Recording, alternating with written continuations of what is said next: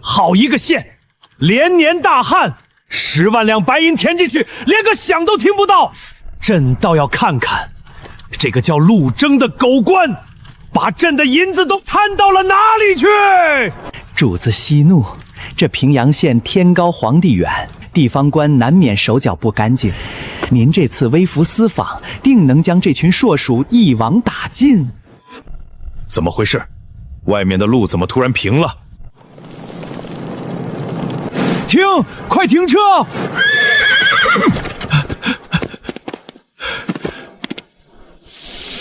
这是什么路？糯米汁、白石灰。这狗官竟然用熬煮的糯米汁混合白石灰来铺路，如此奢靡的工程，哪怕是朕的皇宫都不敢这么造。难怪他年年要10万两赈灾银，原来都用来这种劳民伤财的面子工程了。走，朕要亲自扒了这狗官的皮！退后，退后！没看见红灯亮了吗？瞎闯什么？普天之下莫非王土，真没听说过走路还要看灯的。我说你这个外道人懂不懂规矩啊？红灯亮了就得停，这是咱们陆大人的命令。穿的人模狗样的，怎么一点素质都没有？要是经了城里的马车，你赔得起吗？就是看你这土里土气，第一次来咱平阳县吧，连红绿灯都不认识，真是个没见过世面的土老帽。你们一群泼妇，反了，简直反了！大胆，休得无礼！行了行了，张大妈、李大婶，别把客人吓坏了。哎呦，陆大人，您怎么亲自出来巡街了？这老头不守规矩，我们正教育他呢。大爷，外地来的吧？不知者不罪，但规矩就是规矩，闯红灯罚款2文钱，去那边交一下。你敢罚我的钱？2文钱，这真不差钱，连你这摊子上的盐我全包了。哼，就当是赏你们这穷乡僻壤的。大爷，您拿这么大一块金子买盐，我这盐才2文钱一斤，您这金子，能买下我半条街的盐了。你说什么？多少钱？2文钱一斤啊！荒谬！京城里那种带着苦涩味儿、混着沙子的粗盐都要卖到40文一斤，你这高等白盐竟然只卖2文！陆正，你当我是3岁小孩吗？就是这等极品精盐，若是放在京城，那些达官贵人就是花1两银子一斤都抢着买，你卖2文？真明白了，你这是在打肿脸充胖子，你故意压低盐价来收买人心，实则是暗中加重了其他赋税，盘剥百姓来填补你这盐价的亏空。哼！你这收买人心，实则祸国殃民。行啊，大爷，懂得还挺多。既然你觉得我亏本赚吆喝，那就跟我走一趟吧，带你去看看我到底是怎么盘剥百姓的。去就去，我倒要看看你这谎言还能怎么编下去。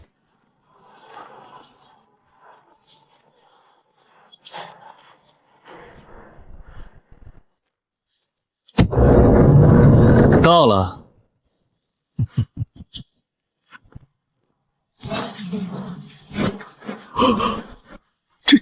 这得是多大的一条盐矿脉，才能挖出这么多白盐啊！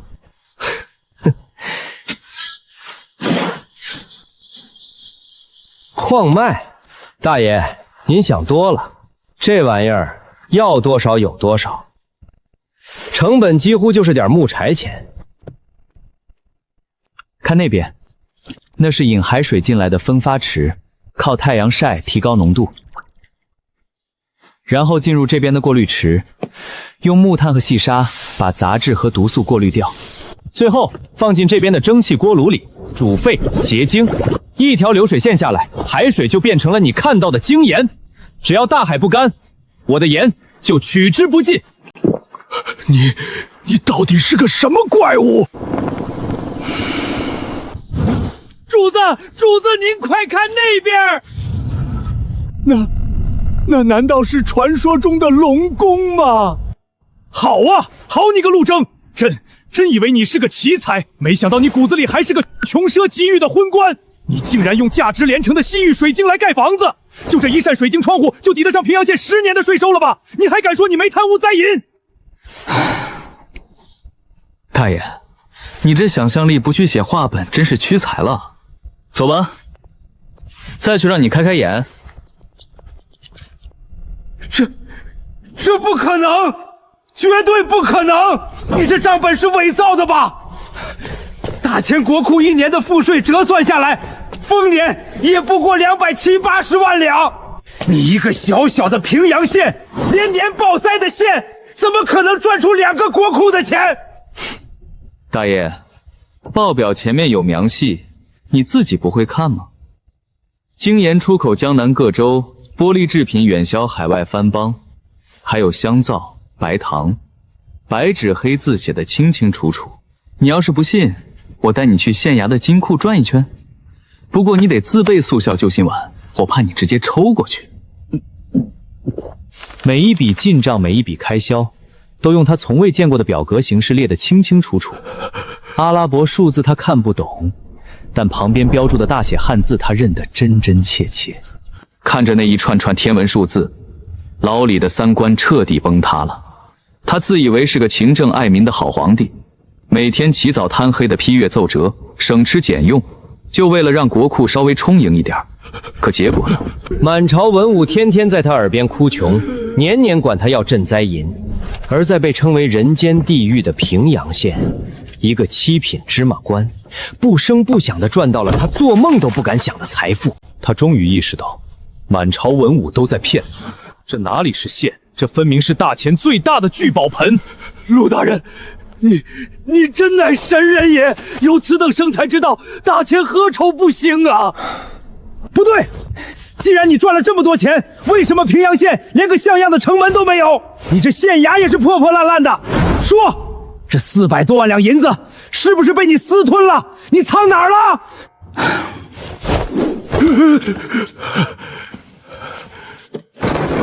私吞？我陆征对钱没兴趣。你想知道钱花哪儿了？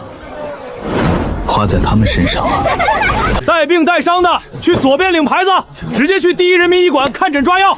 家里有10岁以下孩童的去右边登记，明天统一送去学堂。青壮年去前面排队，玻璃厂和修路队招工，包吃包住，月钱2两。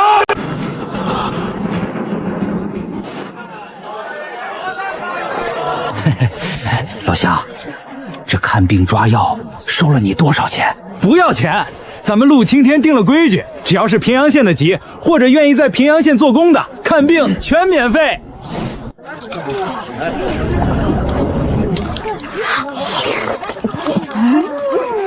这学堂不仅不收树荫，还倒贴肉菜午饭。是啊，苦什么不能苦教育吗？吃饱了才有力气学物理算术啊！慌，简直是胆大包天！自古育民之术，在于让百姓终日劳作以求温饱，如此方能安分守己。你给他们免费看病，还给这帮泥腿子的小娃子吃肉读书，你这是在养刁他们的胃口。400多万两银子啊，你就这么挥霍？真替你心疼。哼，照你这么个败家法，不出3个月，平阳县的库房就得被你掏空，必定破产。老李，你的格局也就只有指甲盖那么大了。你既然觉得我会破产，那就跟我来，我让你看看我平阳县的底气到底在哪儿。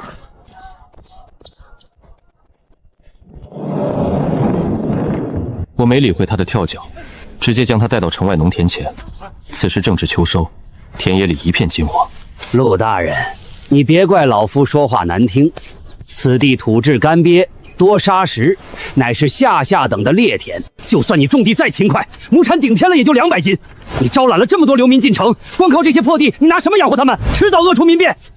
亩产200斤，老李，时代变了，在我平阳县，亩产200斤那叫绝产，是要被钉在农业耻辱柱上的。哼，黄口小儿大言不惭。自古以来，江南最肥沃的水田，风调雨顺之年也不过亩产300斤。你这破地要是能超过这个数，哼，老夫今天就把名字倒过来写。倒过来写多没意思，要赌就赌点实际的。我若是赢了，你腰上那块玉佩归我；我若是输了，平阳县金库里的400万两白银，你随便拉走，如何？哼，好，老夫就跟你赌了。老夫倒要看看你能变出什么戏板来。痛快！乡亲们，有人不信咱们的产量，把2号田的土豆和3号田的杂交水稻都给我收了，上称过磅。让这位外乡的客官开开眼。好嘞，县令大人就瞧好吧。老李背着手站在田埂上，鼻孔朝天，等着看我的笑话。然而，当第一锄头挖下去的时候，老李的表情就僵住了。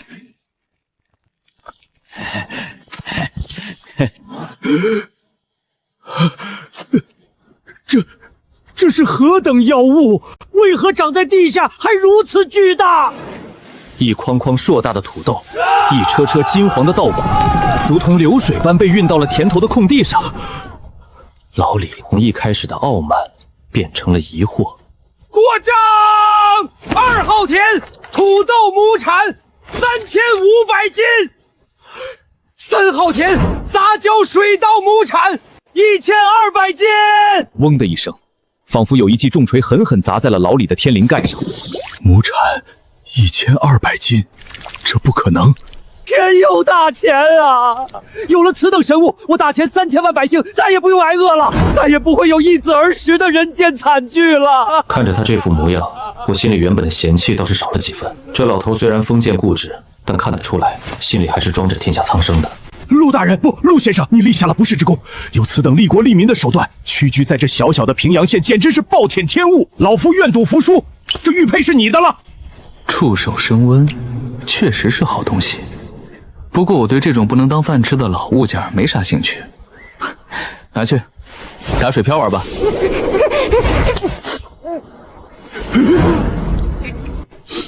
陆先生，实不相瞒，老夫乃是……老李正准备向我坦白他的皇帝身份，带回京城委以重任。就在这时，都给我停下！临安知府办差，闲杂人等滚开！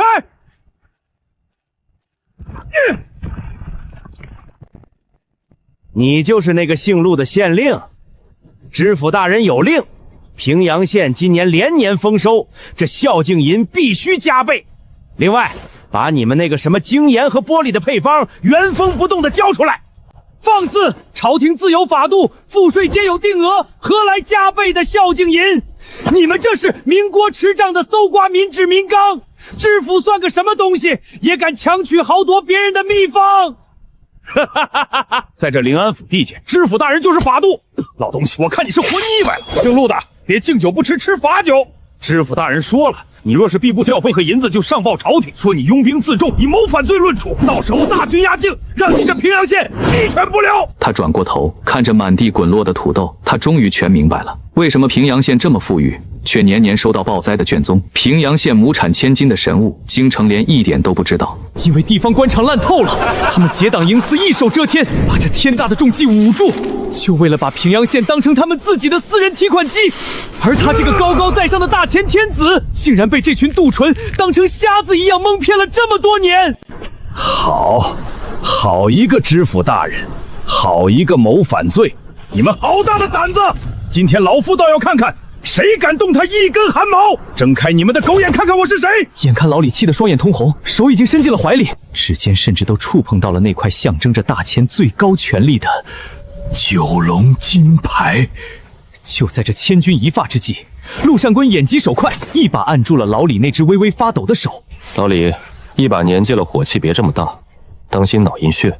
陆老弟，你别拦着我！这群狗仗人势的东西，今天老夫非得扒了他们的皮！行了，在我的地盘，还轮不到你一个外乡人来替我出头。怎么，两个不知死活的东西，在这演什么生离死别呢？姓陆的，你真以为自己是个什么清官大老爷？不交钱，不交秘方，明年的今天就是你的忌日！我不仅没有丝毫畏惧，反而拉过一把太师椅，大马金兜的坐了下来。想要钱，想要秘方，回去告诉你们知府大人，这3年他截留了平阳县整整10万两赈灾银。不仅如此，他还倒卖官粮，强占良田。这笔账，我给他记得清清楚楚，让他把脖子洗干净，准备把吞进去的银子连本带利吐出来。你放屁！竟敢污蔑知府大人！我看你是吃了雄心豹子胆了！来人，把他给我拿下，就地格杀！陆老弟小心！老李以为下一秒就要看到我血溅当场的惨状，然而我连屁股都没挪动一下，只是慢条斯理地端起茶杯，轻轻打了个响指，跑。在我的地盘，该跑的是他们。突然，几十个民兵从草丛里窜了出来，他们手里拿着一根根前端装着铁管，后端带着木托的奇怪物件，整齐划一地对准了场中央的税差等人。姓陆的，你是不是穷疯了？弄几十根没弦的破木棍包个铁皮，就想吓唬唬老子？陆老弟，你这些护卫拿的是什么骑兵器？怎么连个墙头都没有？这能挡得住钢刀吗？老李，把耳朵捂上。弟兄们，给我把这群拿烧火棍的妮子全砍了！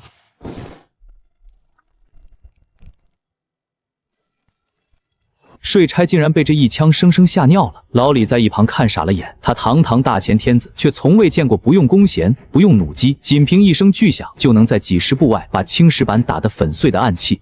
把他们给我绑了。现在咱们可以好好聊聊了。说，知府到底哪来这么大的胆子，连赈灾银都敢吞？陆大人饶命！陆大人饶命！我全说了，是太子殿下，知府大人的背后靠山正是当朝太子。这2年，太子殿下为了在京城招兵马，拉拢朝臣，急需大笔银钱，他暗中组建了利益网，知府就是其中之一。而且他们不仅截留了朝廷的赈灾银，太子殿下早就盯上了您平阳县的产业，精盐、玻璃，还有那些能亩产金的农作物，太子殿下全都要。他命知府大人找个由头，以谋反的罪名将您拿下，然后名正言顺地接管平阳县的一切财产和秘方。你胡说！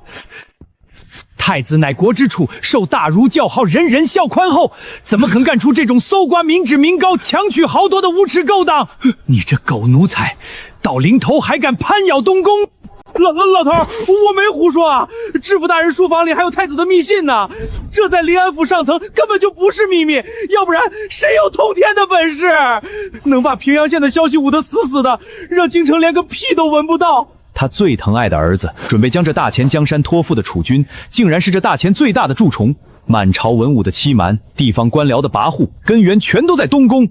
老李心中的那层完美怒劲，在这一刻碎成了一地渣子。我冷冷地看着这一幕，对朝廷的腐朽早已见怪不怪。行了，把他压下去。姓陆的，这是太子的旨意，你们敢抓我，知府大人绝不会善罢甘休。告诉你们，知府大人的2000精兵就在城外30里的黑风坡驻扎，识相的赶紧把老子放了！2000精兵这4个字，却如同重锤一般，狠狠砸在了老李的心头。2000精兵啊！他太清楚大前正规军的实力了，2000甲士对付一个县城，那简直就是碾压。陆老弟，不能再等了，那火器虽然厉害，根本挡不住2000人的冲锋。你听老哥的，留得青山在，不怕没柴烧。你赶紧带着那些秘方，还有你训练的那些亲信，趁着夜色从后山的小路逃命去吧。只要技术还在，走到哪里不能东山再起。逃？去哪里？我这平阳县好不容易建起来的基业，几万百姓好不容易过上吃饱穿暖的日子，我走了，他们怎么办？糊涂啊你！魏老弟，拿纸笔来，老夫今天就是拼了这条老命，也要写一封血书。你连夜突围，拿着我的血书去京城找禁军统领，让他火速带兵来平叛。主子，使不得啊！您的龙体……废什么话，快去！行了，老李，转得我头晕，去通知厨房今晚加餐。让弟兄们吃饱喝足，明早好干活。陆成，你当这是儿戏吗？老李，把心放肚子里。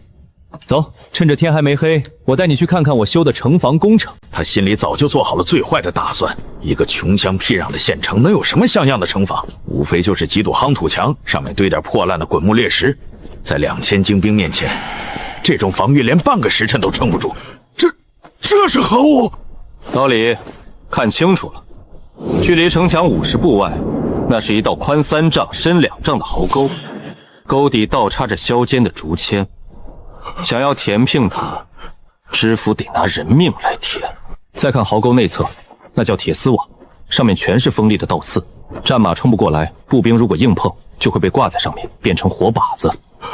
连绵不绝的铁丝网交织成一张王之网，将整个平阳县城围得像个铁桶。老李本能地从这防御体系中感受到窒息的肃杀之气。这哪里是城墙，这简直就是一个巨大的绞肉机！陆老弟，你到底是个什么怪物？那里面盖的是什么？那可是我的大宝贝，现在还不到亮出来时候。老李，今晚踏踏实实睡一觉，明天早上我请你看一场好戏。在我的绝对自信面前，老李的神经稍微放松了一点。虽然觉得敌众我寡，但选择相信我，他也没有别的方法。夜幕降临，平阳县内一片宁静。第二天清晨，第一缕阳光刚刚刺破薄雾，站在城墙上的老李猛地抓紧了城墙的边缘。地平线的尽头，烟尘滚滚，伴随着沉闷的脚步声和战马的嘶鸣，一面绣着角字的黑色大旗在风中猎猎作响。知府打着平叛的旗号，带着全副武装的士兵，如同黑色的潮水般兵临城下。2000精兵列阵完毕，冷兵器在晨光下反射着刺眼的寒芒。这2000人可不是平时在街上溜达的衙役，而是临安知府手底下的正规军。黑压压的阵型透着一股令人窒息的杀气，仿佛下一秒就要将这座小小的平阳县碾成粉。上的人听着，平阳县令陆哲贪没赈灾银两，私藏妖器，意图谋反。本府奉朝廷之命，特来剿贼。尔等若识相，立刻自负双手，开城投降。否则城破之时，鸡犬不留，绝不姑息。这番颠倒黑白的喊话，气得站在我身旁的老李浑身发抖。老李戎马半生，最恨的就是这种欺上瞒下、鱼肉百姓的贪官污吏。反了他了！我今天非要亮出身份，看看借他10个胆子，敢不敢对当朝？老李，你干嘛呢？你一个京城来的大商贾，这时候冲什么大头蒜？人家2000把刀架在脖子上，你掏个御赐金牌出来，人家直接把你当反贼同党一块砍了，无对证，懂不懂？别急着跳脚，拿着这个放在眼睛上看仔细点。这是何等仙家法宝？那贼子的脸怎么突然跑到我眼前来了？少见多怪，这叫望远镜。城下的知府老儿，你给我听好了，给你3分钟时间，马上让你的人放下武器，抱头蹲地，否则一切后果自负，勿谓言之不预也。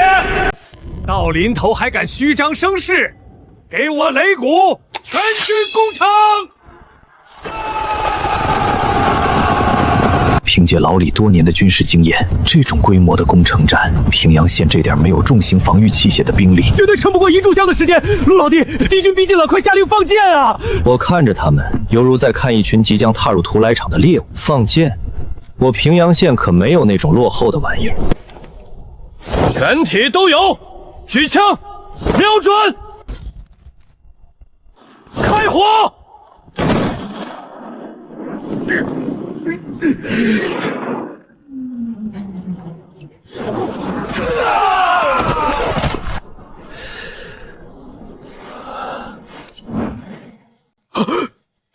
这到底是什么暗器？没有弓弦的响动，不见箭矢的踪影，却在100步之外取人性命于无形。不要退，不要慌，这不过是火铳罢了。他们装填极慢，打完这一下成了废铁。趁现在，都给我冲上去，拿下城头，重重有赏。在这个时代，知府的常识并没有错。大前朝军中也有少量火铳，但点火极慢，打完一发后清理装电，至少需要1顿饭的功夫。知府根本不知道，他面对的是跨时代的碎发枪。第一排退后装电，第2排开火。老李原本以为火器会有致命的空档期，可眼前的民兵分成了3排轮流射击，这就是近代战争中最残酷、最高效的战术——3段击，俗称排队枪毙。连绵不断的金属风暴形成了死亡防线，知府的前锋营连铁丝网都没摸到。神技，这是神技呀！老李作为帝王，看懂了这种战术的可怕之处，不需要苦练10年的弓马骑射，只要经过短时间的队列训练，一群农夫就能用这种武器屠杀最精锐的老兵。废物，一群废物！步兵退下，传令重战骑兵营，给我强冲城门，踏平他们！大地突然开始剧烈的颤抖，仿佛有一场小型地震正在城外酝酿。这是知府压箱底的绝对王牌，在这个冷兵器时代，重甲骑兵就是陆战之王，那种恐怖的动能足以碾碎任何步兵方阵。不好，陆老弟，快让他们停止射击，关城门！火枪威力再大，也打不穿这等重甲。一旦被他们冲到城门下，撞开城门，平阳县就全完了。打不穿，老李，你的想象力还是太匮乏了。全体火枪手，停止射击，后撤隐蔽，炮兵营就位。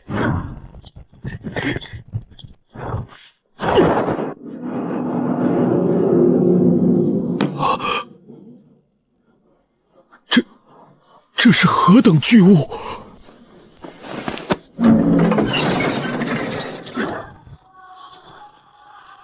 装填实心弹，引风准备。老李，睁大眼睛看好了，今天教你个新词，这叫物理超度。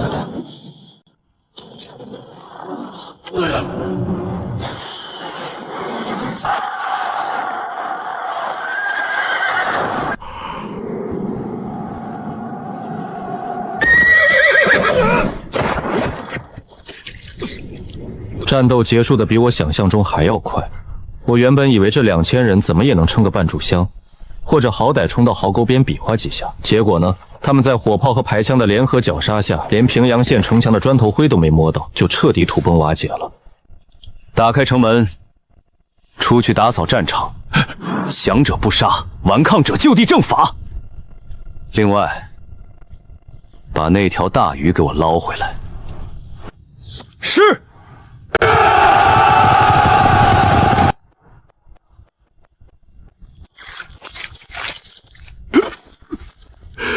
此刻的知府哪里还有半点先前的威风？在这之前，老李一直觉得大钱的官吏，就算有贪污腐败，但至少在面对朝廷时还有一丝敬畏。可今天，他亲眼看着这个知府打着朝廷的旗号，为了私欲，明目张胆地带兵屠城。狗官！弑君之路，却干出这等祸国殃民的勾当，你该千刀万剐！陆大人饶命，下官也是奉命行事啊！陆大人饶命！我知道他在想什么。一个七品县令，手里不仅握着富可敌国的财富，还掌控着那种能瞬间摧毁2000精兵的恐怖火器，这在任何一个封建帝王眼里都是绝对的威胁。大人，在他身上搜到了这个。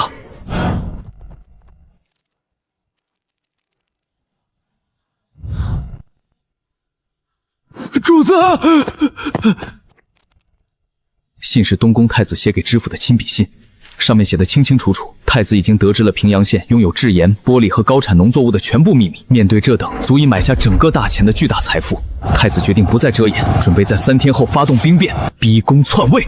不仅如此，太子还调职了驻扎在京畿大营的5万精锐大军，准备先斩后奏，直接踏平平阳县，抢夺配方，顺便把知情者全部灭口。好一出父慈子孝的戏码。被亲儿子背叛的绝望感，像毒蛇一样啃嵌着他的心脏。逆子，这个逆子啊！主子，使不得啊！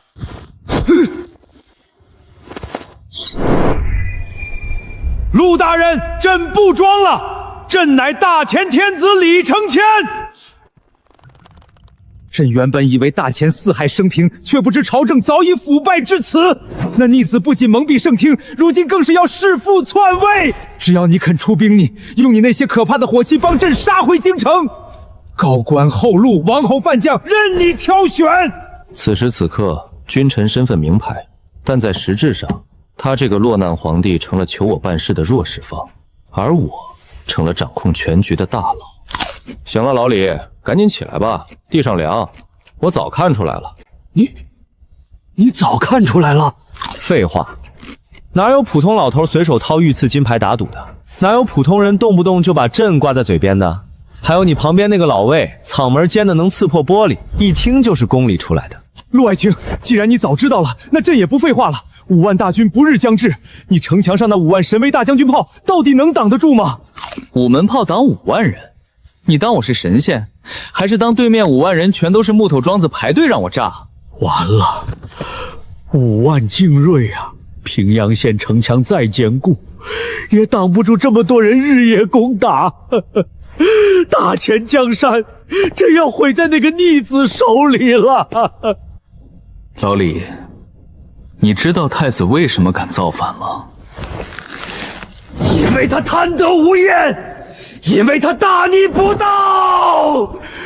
错，因为你们大钱的规矩烂透了，因为你们的皇权根本没有为天下百姓谋福。朕登基以来，减免赋税，勤俭理政，你竟敢说朕没有为民谋福？减免赋税，那是减到世家大族和贪官污吏的口袋里了，百姓连饭都吃不好，遇到灾荒只能卖儿卖女。哼，太子为什么能拉拢那么多官员？因为他们能跟着太子一起喝百姓的血。皇权如果不能让百姓吃饱穿暖，不能让天下人有尊严的活着，被推翻是迟早的事。太子的背叛，不过是这腐朽体制长出来的一颗毒瘤罢了。报！大人，京城巨变，太子已成功篡位，正率领5万大军，打着平叛的旗号朝平阳县杀来，距离县城已不足100里。5万，完了，全完了！那个逆子，他不仅要篡位，他连朕的命也要一起收走啊！陆征，你听朕说，平阳县守不住的，5万大军，一人一口唾沫都能把这县城淹了。你现在立刻去收拾东西，带上你的那些工匠，带上玻璃、精盐的配方，还有你那些火枪，往深山老林里跑，跑得越远越好。我跑了，你怎么办？朕是大钱的天子，朕就是也要在冲锋的路上。朕留下来给你们断后，只要你活着，只要平阳县的这些技术还在，大钱的百姓就还有希望。留得青山在，不怕没柴烧。行了，老李，别给自己加戏了。一把年纪了还断后，你当你是常山赵子王啊？都什么时候了，你还开玩笑？那可是5万大军。5万人怎么了？5万头猪排着队让我抓，我都嫌累，更何况是5万个活靶子。你要去哪儿？老李，走，带你去个好地方，见识见识我这3年辛辛苦苦攒下的家底。我带着满腹疑义的老李，穿过县城，一路来到了平阳县后山的禁区。这里常年有重兵把守，四周拉满了铁丝网，挂着军事重地、闲人免进的木牌。哪怕是县衙里的核心人员，没有我的手令也绝对进不去。下一秒，他彻底失语了。呈现在他眼前的是一个超越了这个时代的地下兵工厂。巨大的水车带动着断锤，狠狠砸在烧得通红的钢锭上。几百名工匠正在几条流水线上紧张而有序地忙碌着。这是什么？老李，之前打知府用的4发枪，那是淘汰货。看看这个激发枪，不需要点火绳，不需要看天气，扣动扳机就能发射，射速和威力提升了不止一个档次。这是地雷，埋在土里，踩上去就能把人炸上天。那边是轻型迫击炮，2个人扛着走，专治各种步兵方阵。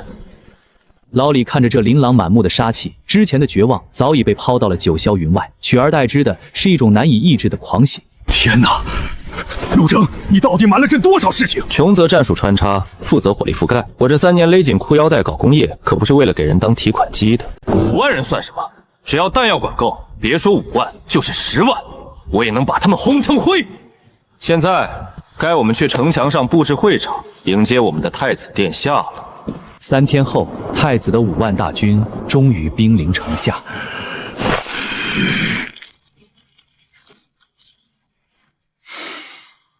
父皇，儿臣知道您在里面，您受那奸臣陆祝平蛊惑，致使朝纲混乱。儿臣今日特率5万精锐来接您上路了。只要您下旨诛杀陆征，交出平阳县所有的技术秘方，儿臣念在父子一场的份上，定会给您留一具全尸，风光大葬。逆子，畜生，朕还没死呢，你就敢带兵逼宫？你为了满足一己私欲，不仅贪墨赈灾银，还要将这天下百姓的生机断绝。朕今天非要清理门户不可。父皇，时代变了，您看看这5万大军，您拿什么清理门户？就凭城墙上那些烧火棍吗？我有份！行了，老李，别喊了，嗓子都哑了。你拉朕干什么？朕要骂醒这个畜生！骂能吗？你就是把他祖宗18代骂一遍。哦，不对，那是你自己的祖宗。唉，你省点力气坐那儿看戏吧。对付这种听不懂人话的，只能用物理方式跟他交流。既然你们敬酒不吃吃罚酒，那就别怪儿臣不客气了。前锋有1万步兵听令，全军突击。先登城头者，赏黄金1万两，封万户侯。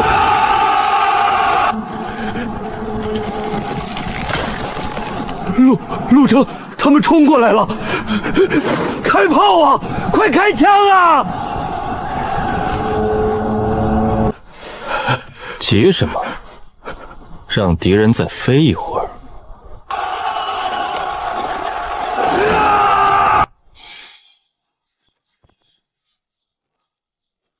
太子殿下，既然你这么喜欢讲排场，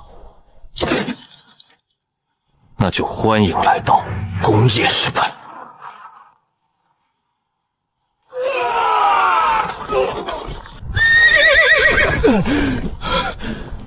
不，这不可能，这绝对不可能，这是什么妖术？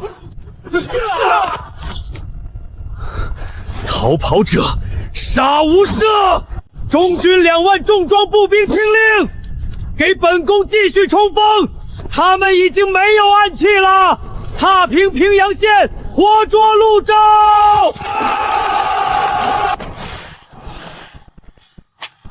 地雷确实用完了，但好戏才刚刚开始。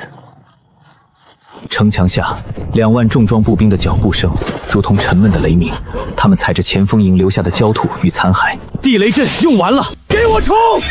第一个登上城墙的，赏金1万两，封万户侯。陆征，他们又上来了，这可是2万铁甲军啊！普通的火枪根本打不穿他们的重甲，咱们快关城门守吧！守，在我的字典里，从来没有被动挨打这4个字。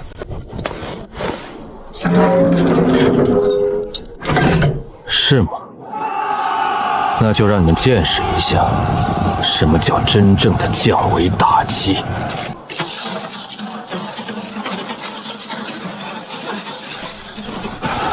不要退，冲上去！他们只有1台机器。怪物，这是怪物！快跑啊！完了，全完了！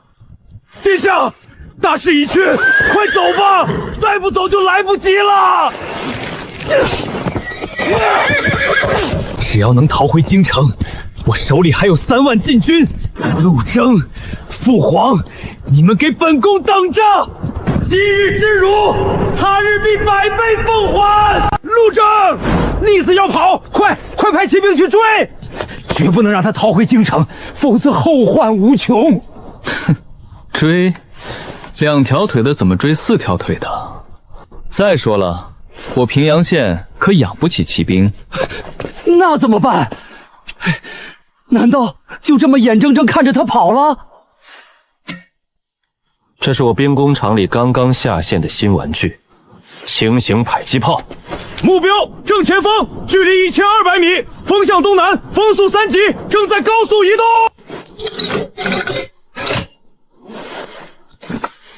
逃跑，想得挺美。你以为跑楚楚火枪的射程就安全了？想走，问过我的测距器了吗？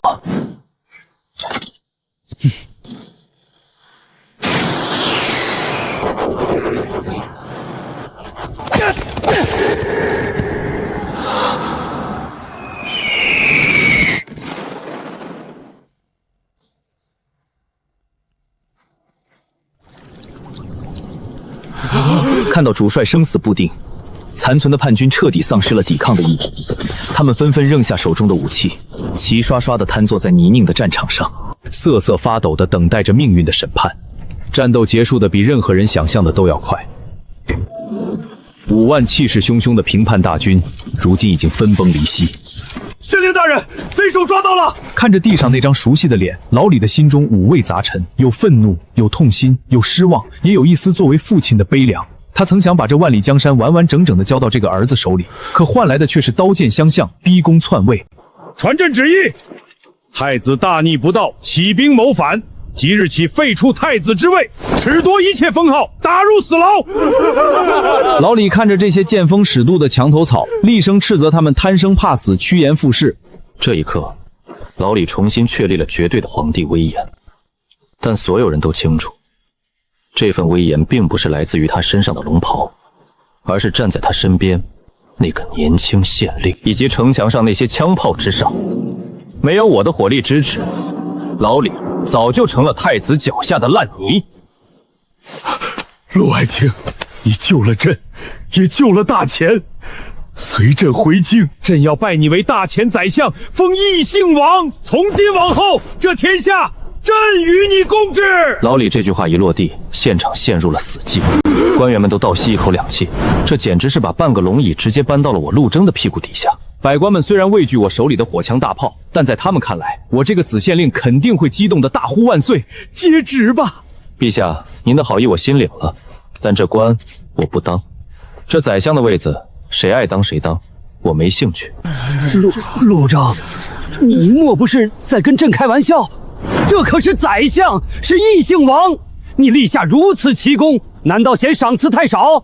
老李，你看，城外是地狱，城内是人间。我搞出这些，不是为了一顶乌纱帽，更不是为了骑在别人头上。我要的从来都不是官位。那你到底想要什么？我要你推行新政，让大钱的百姓都过上平阳县这样的日子。什么新政？只要能让大钱强盛，能让百姓安居，朕全都依你。平阳模式。平阳模式。我开始向他详细阐述我的计划。第一，废除重税，摊丁入亩，把压在农民背上的大山搬开。第二，实行盐铁官营，但不是官商勾结的垄断，而是用新技术，把盐铁的价格打下来，让老百姓吃得起盐，用得起铁农具。第三，普及教育，不学八股文，学算术、物理、农学。第四，鼓励工商，修水泥路，通商贸。我每说一条，老李的眼睛就亮一分。听到最后，他已经热血沸腾。好一个平阳模式！若真能如此，天下何愁不治？老李是懂了，但他带来的那些旧官僚却吓得面无人色。不可啊，陛下，万万不可啊！废除重税，国库何来银两？盐铁用新法，那江南数万盐商岂不是要倾家荡产？至于不学圣人经典，去学什么物理，这是数典忘祖，动摇国本呐！臣冒死谏，此等妖言惑众，断不可行。封建皇权再大，也怕这群文官集团暴动科。动摇国本，你们的国本就是趴在百姓身上吸血吗？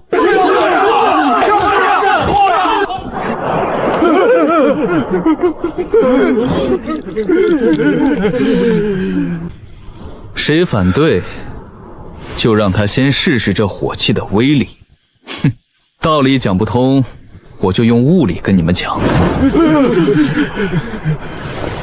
陛下，下旨吧。在左轮手枪和红衣大炮的亲戚慰问下，没有任何一个官员再敢提出异议。老李带着大前5年发展纲要和新政诏书，在禁军的护卫下雷厉风行地返回了京城。一场席卷天下的大变革正式拉开帷幕。不得不说，老李一旦狠下心来，执行力还是相当恐怖的。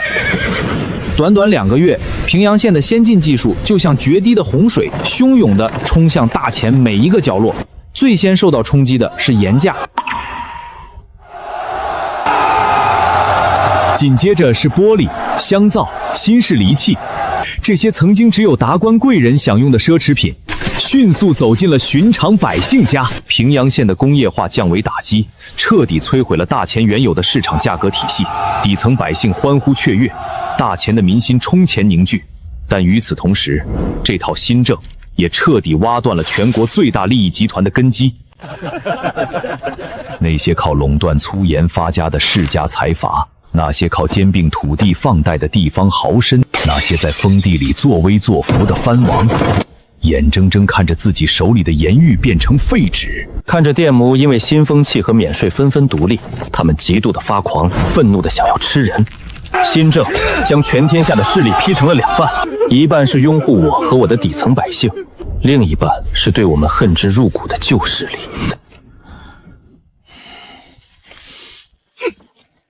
阳奉阴违，全都是阳奉阴违！他们真以为朕不敢杀人吗？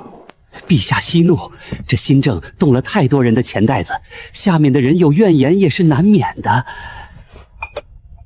陆征啊，陆征，你这剂猛药可是把大钱的脓疮全给挑破了。老李不知道的是，就在他为政令发愁的时候，在远离京城的江南水乡，一股足以倾覆大钱的巨大风暴已经在暗中酝酿成型。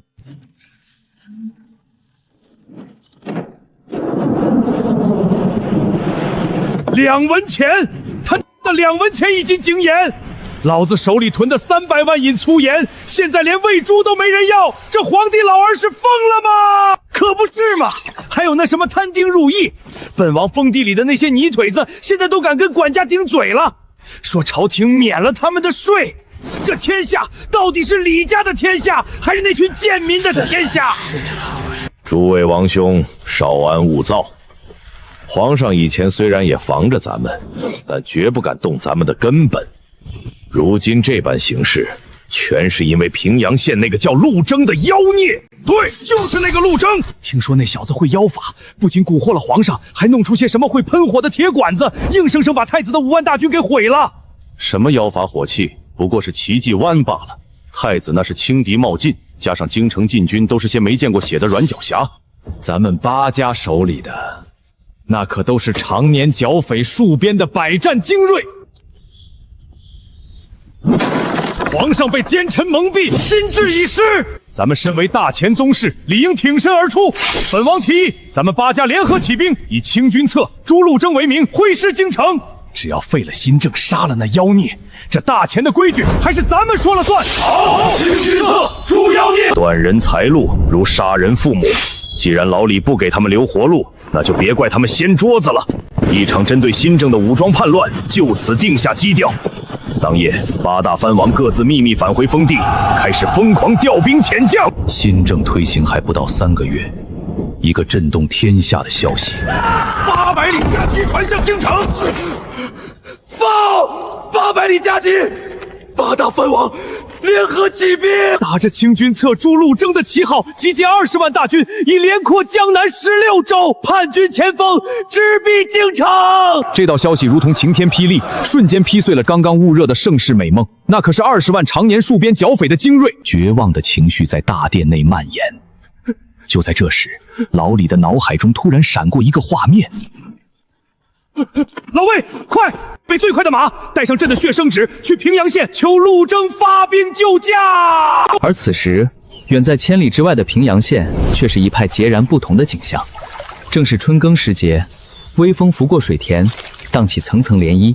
间距要留够，保持通风透光，这杂交水稻才能长得壮实。陆大人，陆祖宗，哎，救命啊！那狼狈的模样，活像刚从泥石流捞出来的野猪。我定睛一看，不由得愣住了，这不是老李身边那个眼高于顶的魏公公吗？陆大人，天下大乱了，八王造反，大钱要亡了！好什么好？没看我正忙着呢吗？秧苗踩坏了你赔啊！陆大人，火烧眉毛了！8大藩王20万大军压境啊！皇上说，再晚几天，您就只能去太庙给他老人家上香了。求你赶紧发兵救驾吧！哼，20万大军，听起来挺唬人的。行了，别哭了，起来，且看我怎么搞卫生吧。搞卫生？拉响1级战备警报，通知保安队，操场集合。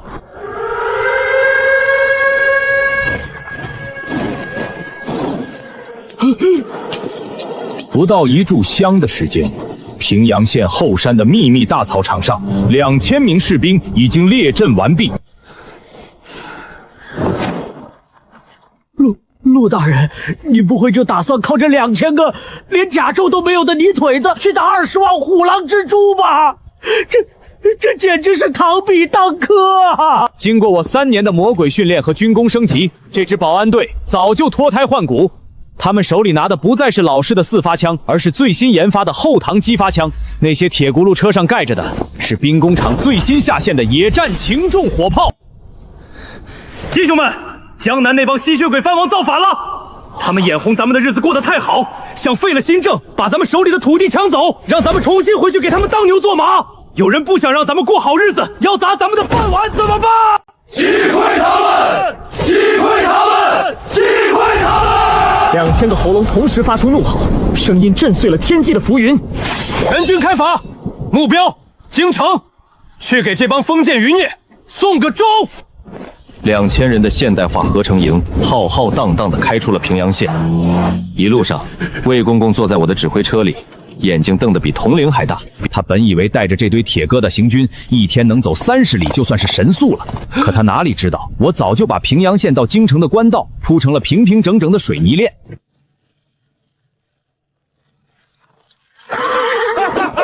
听说那老皇帝吓破了胆，居然派了一个种地的县令，带着2000个泥腿子来迎战咱们。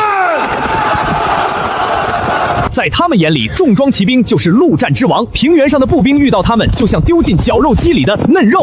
将军，前面发现敌军！兄弟们，前面就是那什么平阳县的保安队，给我踏平他们！谁砍下那县令的脑袋，赏银万两，官升3级。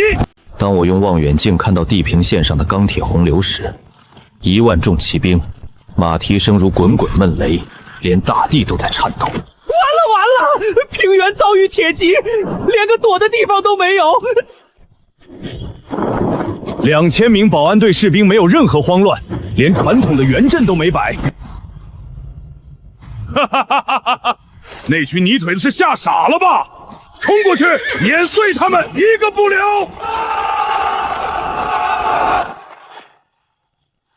但我身后的2000名保安队士兵却如同松柏纹丝不动。这3年用纪律喂出来的现代军队素质，在此刻展现了。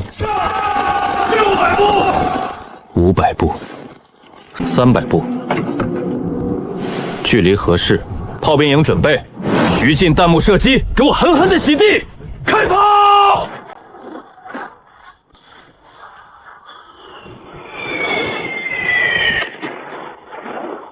不，这不可能，这是什么妖术？不用我们开枪，他们自己就已经乱成了一锅粥。仅仅半个时辰的炮击，1万名不可一世的重装铁骑，就像是被扔进了绞肉机里的碎肉，彻底溃散，完全丧失了战斗力。停止炮击，节约弹药，让步兵营上去打扫战场，没断气儿的补1枪。当天夜里，这几百个被吓疯的残兵逃回了八王联军的大营。当八反王听完残兵们语无伦次的描述那能喷火的铁管和天罚般的雷霆时，中军大帐里死寂一片。他只有2000人，1万铁骑，连半个时辰都没撑住。恐惧如同瘟疫一般在八王的心头蔓延。撤！连夜拔营，向南后撤50里。全体都有，目标正南，全速追击。首战告捷，我并没有见好就收，痛打落水狗才是现代化军队的优良传统。在接下来的半个月里，2000人的保安队追着20万大军的屁股后面，像赶鸭子一样疯狂输出。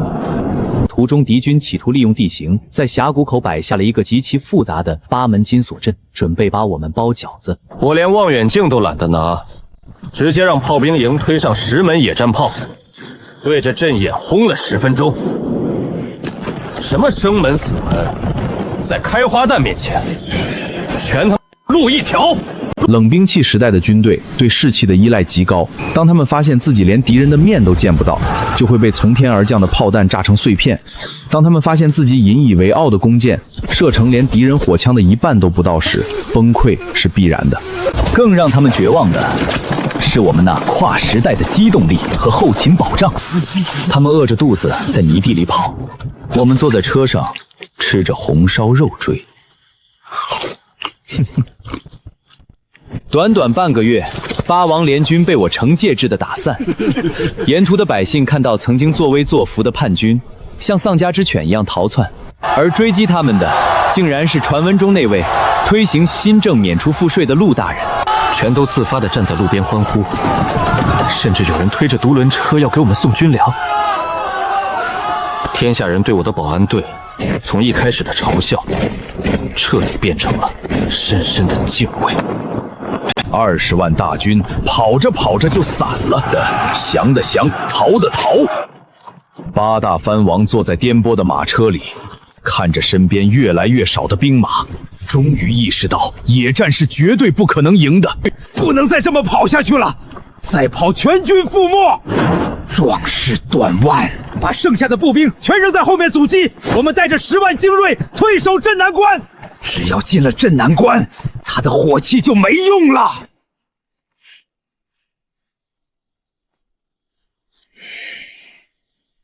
镇南关，大前帝国最南端的咽喉要塞，号称100年不落之城。当我站在距离城墙2里地外的小山坡上，举起望镜观察这座雄关时，也不禁为古人的击剑能力感到一丝赞叹。高达5丈的城墙，通体由巨大的青石垒聚而成，石缝之间浇筑了滚烫的铁汁和糯米灰浆。整座要塞依山而建，前方是一条宽达数丈的护城河，可谓是一夫当关，万夫莫开。此时的镇南关城墙上密密麻麻地站满了8王联军的残兵。8大藩王站在城楼上，看着城外那2000名穿着黑色军装的保安队，长长地舒了一口气，脸上终于恢复了一点藩王应有的傲气。哼，陆征小儿，火器再厉，也终究只是奇技温友。这镇南关的城墙厚达3米，全是用铁枝浇筑。别说他那些铁管子，就是天雷劈下来，也休想伤其分毫。不错，他只有2000人，连填跨重河的人手都不够，拿什么攻城？我们城内粮草充足，只要守住，拖到冬天大雪封路，他的后勤必定崩溃，到时候就是我们反击的机会。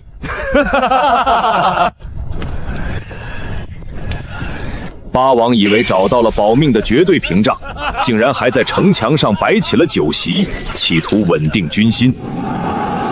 而在城外，我完全没有下令打造云梯、冲车等，甚至连护城河都懒得看一眼。我直接让士兵们在城外宽阔的地带扎下营盘，开始埋锅做饭，炖起了罐头肉。大人，咱们就这么干看着？这乌龟壳确实硬，咱们的野战炮口径小，打在青石上顶多砸个白印子。谁说我要用野战炮攻城了？他们对力量的认知还停留在冷兵器时代。去，派人传信回大本营，把咱们从后山兵工工厂里拆下来的那几门大宝贝，用最高规格给我运上来。是，保证完成任务。100年不落，今天我就教教你们，什么叫物理学不存在奇迹。 7天后大地震颤。镇南关城墙上的守军惊恐地发现，地平线上出现了一支极其古一代的运输队。这是平阳兵工厂耗尽了3年心血，用最好的军制钢材刚刚试制成功的3门重型工程炮。它们的威力大概是红衣大炮的10倍以上。那是什么鬼东西？莫慌，那肯定是陆征在虚张声势。那么大的铁管子装满火药，非炸膛不可。大家不要怕，那只是吓唬人的道具。城墙上的守军咽了口唾沫，强行在心里安慰自己：对，城墙这么厚，神仙来了也打不穿。大人，不需要派步兵填河试探吗？填河、爬城，那是野蛮人才干的事。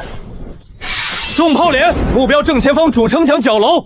全装药，换高爆开花弹，给我进行不间断的饱和式轰炸，直到把这面墙给我抹平。开炮！这是跨越了时代的一击。第1发重型开花弹以肉眼无法捕捉的速度，狠狠砸在了镇南关左侧的坚固角牢上。没有火花四溅，只有一声沉闷到极点的巨响。开炮！装填！继续开炮！长达2个时辰的重炮轰击，让整座要塞仿佛经历了一场10级大地震。什么叫百年不落？什么叫固若金汤？在绝对的口径和当量的现代火药面前，所有的封建城防理论都成了脆弱的笑话。真理只在大炮的射程之内。塌了，城墙要塌了，快跑啊！救命！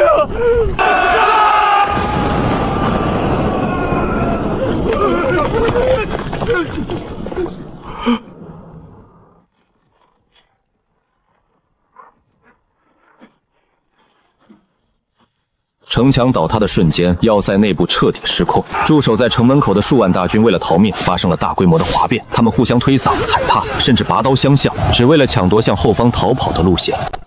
全军上刺刀！4号员，吹冲锋号！全军突击，活戳八王！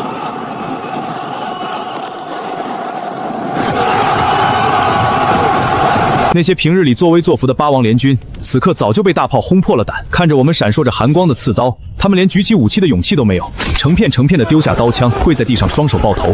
偶尔有几个众将领试图组织反击，还没等他们喊出声，就被保安队精准的点射。我没有理会这些虾兵蟹将，带着一队亲卫，径直朝要塞最中央的议事大厅走去。走到大厅门前，那扇厚重的包铜木门紧紧闭着，仿佛这样就能时代的洪流。曾经高高在上、不可一世的八大藩王，此刻正像一群受尽的鹌鹑，瑟瑟发抖地缩在大厅角落里。那个号称要清君侧诛陆征的江南王，头上的紫金冠早就不知道丢到了哪里。看到我提着指挥刀走进来，这8个刚才还妄图割据天下的大人物，心理防线彻底崩溃了。陆大人，陆爷爷，手下留情啊！我们知道错了，我们愿意交出所有的家产、所有的土地，只求您大发慈悲，留我们一条生路。我冷冷地看着这群瘫软在地上痛哭流涕的吸血鬼，眼中没有哪怕一丝一毫的怜悯。交出家产买命，你们那些堆积如山的金银珠宝，哪一文不是大钱百姓的血汗？算盘打得真是不错。江南王强占良田5万亩，纵容家奴打农户200余人；岭南王私扣朝廷赈灾粮，致使3州百姓一子而食；淮南王结党营私，豢养私兵，意图谋反。不，那都是底下人瞒着我们干的呀！陆大人明鉴，拖出去。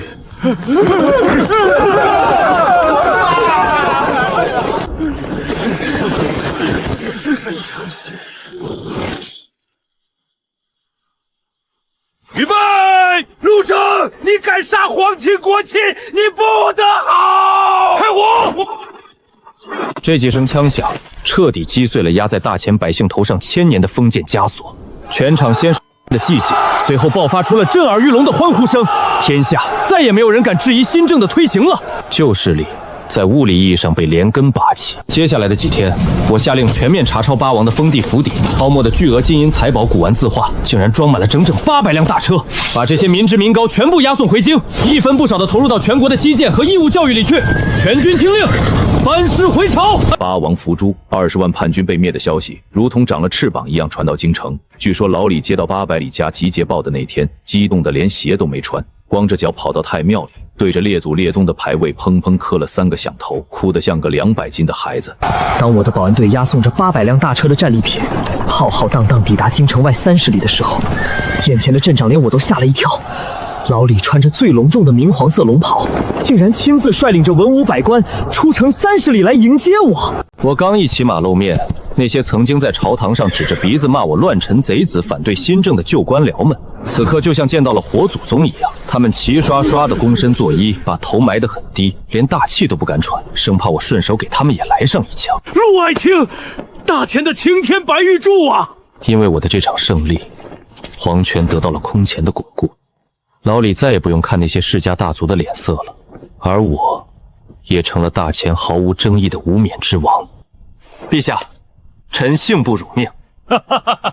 陆爱卿，走，随朕同乘龙辇，风风光光的进城。陛下，这不合规矩吧？去他的规矩！从今天起，你陆征就是规矩。我坐在高高的龙辇上，看着车轮缓缓滚入繁华的京城城门，看着两旁敬畏的目光，我在心里长长的舒了一口气。我知道我的任务快要完成了。时光荏苒，岁月如梭，3年的时间在历史的长河中不过是弹指一挥间，但对于大前来说却是翻天覆地的3年。在平阳模式的全面推动下，大前开启了疯狂的工业化狂飙，宽阔平整的水泥路如同蜘蛛网般铺满了全国的主干道。就在上个月，第一列由平阳县兵工厂自主研发的蒸汽火车，在京城到平阳县的铁轨上拉响了第一声汽笛。当这个喷吐着白烟的钢铁巨兽呼啸而过时，整个大前都沸腾了。而在边关，曾经不可一世、年年秋收必来打草谷的匈奴骑兵，如今彻底成了温顺的绵羊。自从我把最新型的火炮架在长城上，并一炮轰平了一座小山头后，匈奴单于连夜写了降书。现在他们不仅不敢逾越雷池半步，每年还得乖乖排队来京城上贡最肥壮的牛羊。大前从一个积贫积弱、随时可能崩塌的封建王朝，一跃成为了拥有初步工业体系的东方绝对霸主。今天是万国来朝的盛典，金銮殿上，金发碧眼、穿着各色奇装异服的外国使臣们，看着大前晶莹剔透的玻璃窗、精准走时的机械时表，以及御卫军手里那闪着寒光的连火枪，全都惊得合不拢嘴，躬身行礼。老李端坐在龙椅上，红光满面，他看着台下臣服的万国使臣，看着这繁华锦绣的盛世，眼眶渐渐红了。他知道这一切的缔造者是谁。所有人都屏住了呼吸。哪怕是那些听不懂大前话的外国使臣，也能从周围大前官员们肃穆的表情中感觉到，接下来将要发生的事情绝对非同小可。他的手因为激动微微颤抖着。奉天承运，皇帝诏曰：平阳县令陆征天纵奇才，匡扶社稷，以神器平叛乱，以新政定乾坤，救大前于水火，挽狂澜于既倒。今四海升平，万国来朝，皆赖陆爱卿之不世奇功。朕今日特封陆征为一字并肩王，赐九锡之礼。建军不败，入朝不屈，剑履上殿，令将朕最疼爱的长平公主下嫁于并肩王。自今日起，大前江山，朕与陆王平分天下。一字并肩王，赐九锡，平分天下，这哪里是封赏？这简直是把半个大前的皇权双手奉上。纵观大前，甚至历朝历代，哪有一个臣子能得到如此登峰造极的殊荣？这已经不是位极人臣了，这就是第二个皇帝。他们知道，从今天起，这个曾经穿着粗布麻衣的泥腿子县令，将成为这片大地上最不可侵犯的神明。臣陆征谢主隆恩，但这王爵，臣不能受。陆爱卿，你这是做什么？你是不是觉得朕在试探你？朕对天发誓，朕绝无猜忌之心。这大前的江山若没有你，早就改姓了。这并肩王，你当之无愧。陛下，我没觉得你在试探我，我也不是在跟你客气，我是真的不想干了。为什么？因为我的历史使命已经完成了。3年前，大前千疮百孔，所以我站出来。现在大前的工业基础已经打下，水泥路铺通了，火车开动了，新政已经深入人心。只要顺着这条路走下去，大前必定强盛。但我这个人天生闲散，习惯了自由。这朝堂上的繁文缛节，每天天不亮就要起来开早朝的规矩，我实在受不了。专业的事儿得交给专业的人去办。治国理政，你老李比我强，我呢还是适合回村里种地。不行，你不能走！朕还没把长平公主嫁给你，朕还要给你建最大的王府，大钱不能没有你啊！大钱离了谁都能赚。老李，山高水长，咱们后会有期。陆征，陆征，你不准走！陆征，你给朕站住！你到底想要什么？钱，朕把国库的钥匙给你；权，朕把半个天下都让给你了，甚至连朕最心爱的女儿，朕都愿意嫁给你。你辛苦3年，帮朕平定天下，现在大功告成，你却拍拍屁股就要走人。陆征，你究竟图什么呀？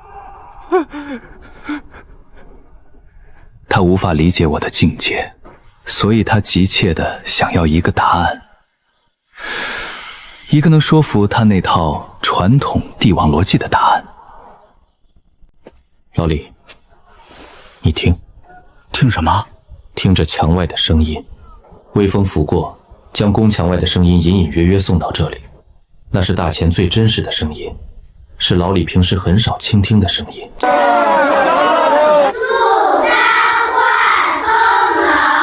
听到了吗，老李？这叫卖声里没有被税差盘磨的恐惧，这读书声里有着普通人家孩子改变命运的希望。我要的从来都不是龙椅，更不是什么一字并肩王。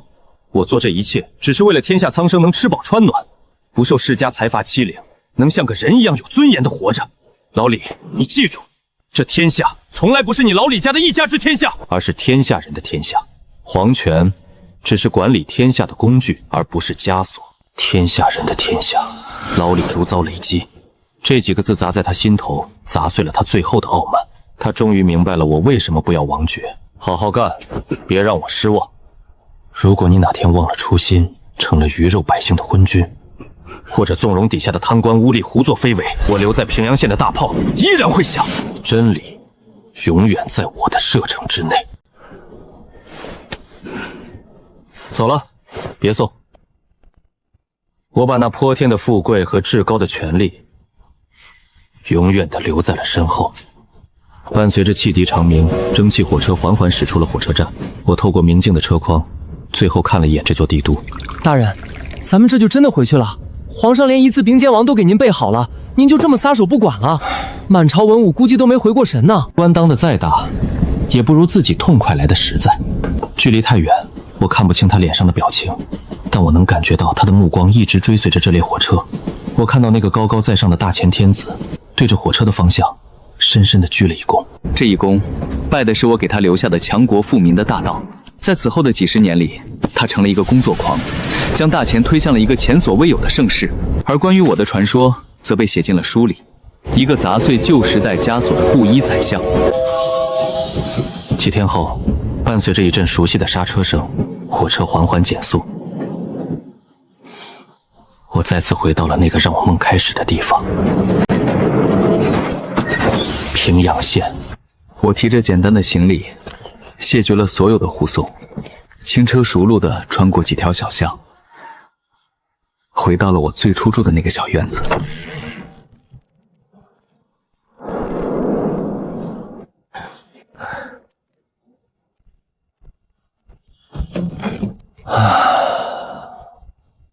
真好。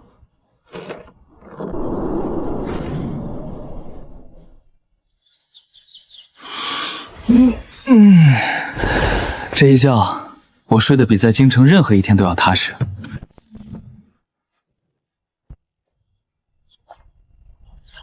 老陆，你这插秧的手法退步了啊？怎么歪歪扭扭的？去你的！我这是在试验新的艰巨种植法，懂不懂什么叫科学？此时的我光着脚丫子踩在冰凉却又充满生机的淤泥里。我和百姓们一起在水田里插秧，感受着生命的种子在手中被按入泥土的充实感。其变偶不变，符号万有直径。